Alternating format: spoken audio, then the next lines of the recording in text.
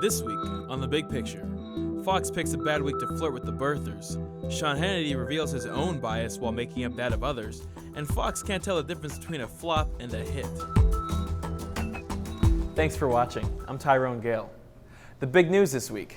President Obama released his long-form birth certificate.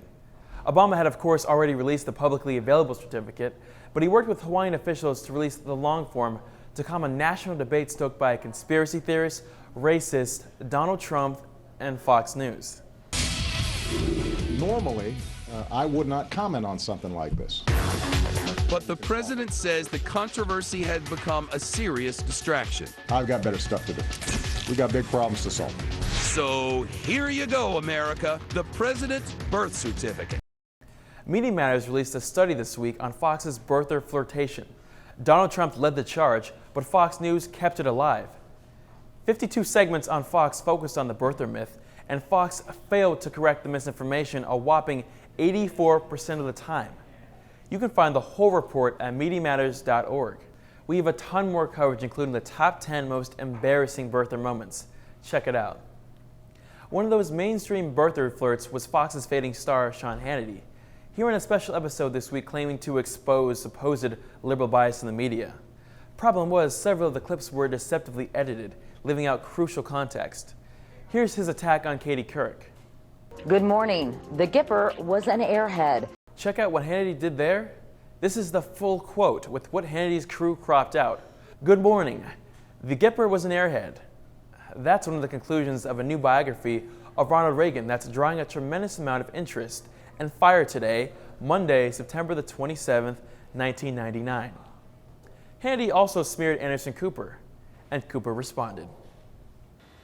A former U.S. diplomat who investigated Africa's suspected link to Iraq's nuclear weapons program now says he is the victim of a Bush administration smear campaign.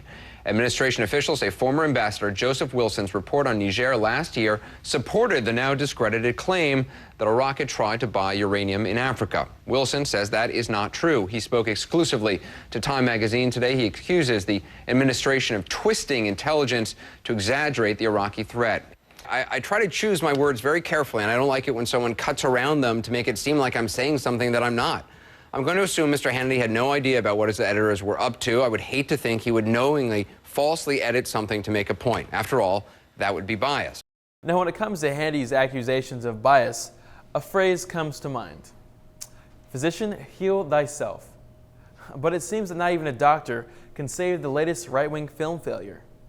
Atlas Shrugged was released a few weeks ago, based on Ayn Rand's 1,000-page right-wing wish fulfillment fantasy.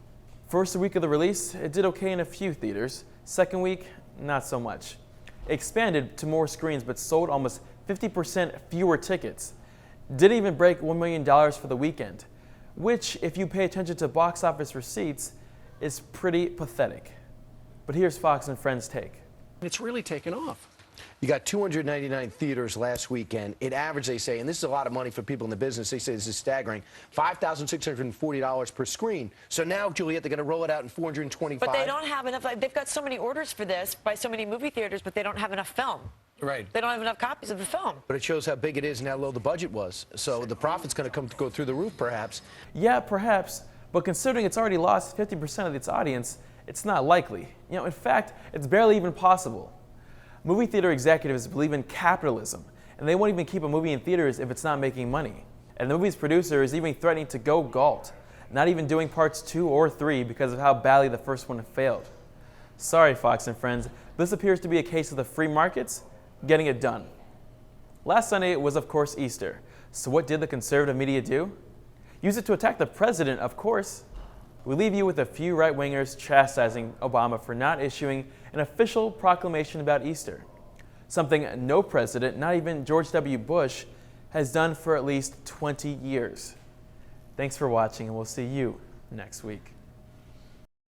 This White House has never had a proclamation on Easter, the most holy of Christian holidays. Apparently, the president did make some comments about Easter at a breakfast last week. But when you look at the fact that the White House has never issued, this administration has never had an Easter proclamation, and then you look at some of the other days that they have had big proclamations about, Earth Day, I think this year the president released an 8-paragraph statement on Earth Day. Nothing about Easter. Now, the president has released statements and proclamation on Muslim holidays, Ramadan, et cetera, and Bob, I'm not questioning his religion, but people say, why wouldn't he do it on this It is a mistake, a political error of such magnitude that it almost defies explanation. I mean, it leaves people thinking that he is either hostile or indifferent. I think it's much more likely to be the latter. I think it was really a big mistake, and I think the president should have just addressed it and said, screw up, sorry.